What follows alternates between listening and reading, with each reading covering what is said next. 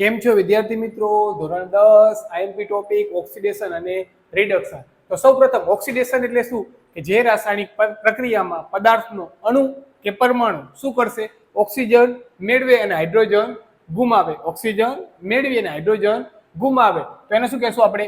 Oxidation પ્રક્રિયા. ઉદાહરણ જોઈ C+O2 તો કે CO2. જો ઓક્સિજન ભેગો થઈ ગયો, Mg+O2 ઉષ્મા આપી તો કે MgO એટલે કે મેગ્નેશિયમ ઓક્સાઇડ. ઓક્સિજન મળી ગયો.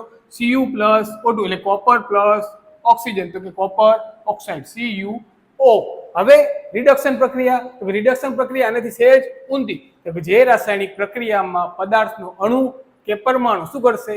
ઓક્સિજન ગુમાવે અને હાઇડ્રોજન મેળવે એને શું કહેશું? રિડક્શન પ્રક્રિયા. ઉદાહરણ CuO+H2 એટલે કે શું કરશે? હાઇડ્રોજન ઓક્સિજન મેળવી લેશે એટલે કે Cu+H2O. હવે જો કાર્બન ડાયોક્સાઇડ Cu2+H2 CO+H2O. એવી રીતે મેગ્નેશિયમ ઓક્સાઇડ શું કરશે? હાઇડ્રોજન સાથે પ્રક્રિયા કરી અને મેગ્નેશિયમ અને પાણી બનાવશે. એકદમ સરળ.